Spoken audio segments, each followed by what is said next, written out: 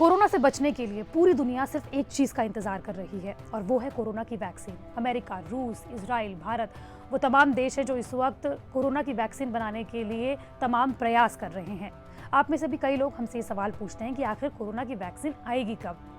लेकिन विशेषज्ञों ने ये कहा है कि कोरोना की वैक्सीन अगर सितंबर 2020 या दिसंबर 2020 या फिर अगले साल के शुरू में आ भी जाती है तो भारत में हर नागरिक तक पहुंचने में इसे कम से कम 2 साल का वक्त लगेगा। नमस्कार, मैं हूं आपके साथ श्रेया बहुगुणा और आप देख रहे हैं न्यूज तक। विशेषज्ञों के दावे के बाद आपके मन में तमाम सवाल उठ रहे होंगे कि क्यों, अगर कोई वैक्सीन सितंबर 2020 या अगले साल के शुरू में बना भी ली जाती है तो इसे हम तक पहुंचने में इतना वक्त क्यों लगेगा। तो चलिए मैं आपको एक छोटा सा उदाहरण देती हूँ। 1955 में पोलियो की वैक्सीन को बना लिया गया था। भारत में पोलियो इरेडिकेशन प्रोग्राम यानी कि पोलियो को मिटाने का कार्य 1995 में शुरू हुआ दिल्ली से, और इसे मिटाने में 18 साल से भी ज्यादा का वक्त लगा। आखिरी पोलियो का केस 2013 में आया था। तो आप सोच लीजिए कि जो पोलियो इरेडिकेशन का काम जो सिर्फ बच्चों को लगाया जाता है उसे मिटाने में 18 साल का वक्त, वो भी कागजी रूप में लगा। तो आप सोच लीजिए कि कोरोना वायरस की वैक्सीन जो कि हर भारतीय को लगेगी, दुनिया के हर शख्स को लगेगी, उसे लोगों तक पहुंचाने में, हर कस्बे हर गांव तक पहुंचाने में कितना वक्त लगेगा। सबसे पहले ये जान लीजिए कि विशेषज्ञों ने कोरोना वायरस के बारे में, कोरोना वायरस की वैक्सीन के बारे में क्या दावे किए हैं। वैक्सीन बनने के बाद हर देश की सरकार को वैक्सीन लोगों तक पहुंचाने के लिए प्लानिंग करनी होती है। इस प्लानिंग को बनाने में ही महीनों लग जाते हैं। कोरोना वैक्सीन आ जाने के बाद भी भारत की 60 से 70% आबादी के टीकाकरण में कम से कम 2 साल का समय लग सकता है। मैक्स हेल्थ केयर के डॉक्टर संदीप बुद्धिराजा के मुताबिक अगर दिसंबर तक कोरोना की वैक्सीन बाजार में आ भी जाती है तो भी भारत के 60 से 70% आबादी के टीकाकरण में तकरीबन 2 साल का समय लग सकता है। विशेषज्ञों की माने तो कोरोना वायरस से हमें वैसे ही जीना पड़ेगा जैसे टीबी जैसी बीमारियों के साथ हमने जीना सीख लिया है। वहीं वैक्सीन लोगों तक पहुंचाने में एक प्लानिंग करनी पड़ती है जिसमें समय लग सकता है। विशेषज्ञों के मुताबिक जिस तरह से कोरोना के लक्षण में तेजी से बदलाव आ रहे हैं, वैक्सीन आने के बाद एक और समस्या पैदा हो सकती है। क्या ये बूढ़े, बीमार और गर्भवती महिलाओं के लिए सुरक्षित रहेगी, इसको लेकर अभी भी संदेह है। सरकार को अपनी प्लानिंग में इस पर भी ध्यान देना होगा। मैक्स हेल्थ केयर के इंटरनल मेडिसिन के associate director doctor Romel Tikku का क्या कहना है, आइए आपको बताते हैं। तो सारी दुनिया के रिसर्चर्स, साइंटिस्ट, डॉक्टर्स लगे हुए हैं कि कम से कम 1 साल में हमें वैक्सीन मिल जाए। तो उम्मीद यह है कि अगले साल के फर्स्ट क्वार्टर में हमें वैक्सीन मिलेगी। बट वैक्सीन को बनाना एक बहुत ही कॉम्प्लेक्स प्रोसेस है। इसकी प्री क्लिनिकल ट्रायल्स होती है, क्लिनिकल ट्रायल्स होती है, regulatory review, approvals, manufacturing, quality control. और मैन्युफैक्चरिंग सबसे बड़ा एक चैलेंज है क्योंकि 7 बिलियन डोजेस पूरी दुनिया में चाहिए होंगे। इंडिया में ही अलोन 1.3 बिलियन डोजेस चाहिए होंगी। इसके लिए मैन्युफैक्चरिंग बहुत ज्यादा बढ़ानी पड़ेगी।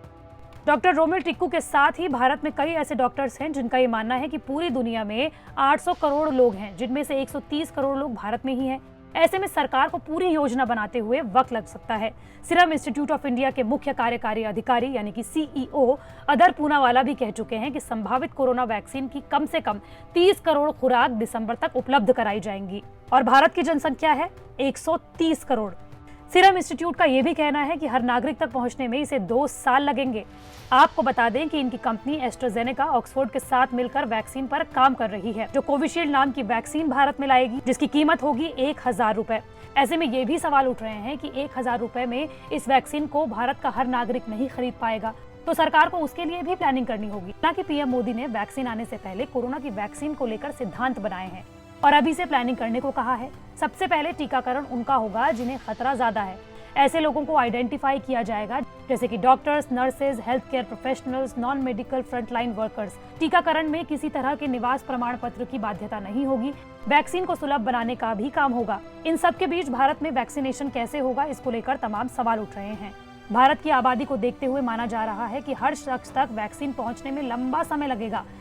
कोरोना की अलग अलग वैक्सीन की उपलब्धता को लेकर चर्चा शुरू हो गई है। नीति आयोग के सदस्य डॉक्टर डी.के. पॉल ने कहा है कि वैक्सीन लोगों तक कैसे पहुंचाए जाए, इसको लेकर चर्चा शुरू हो गई है।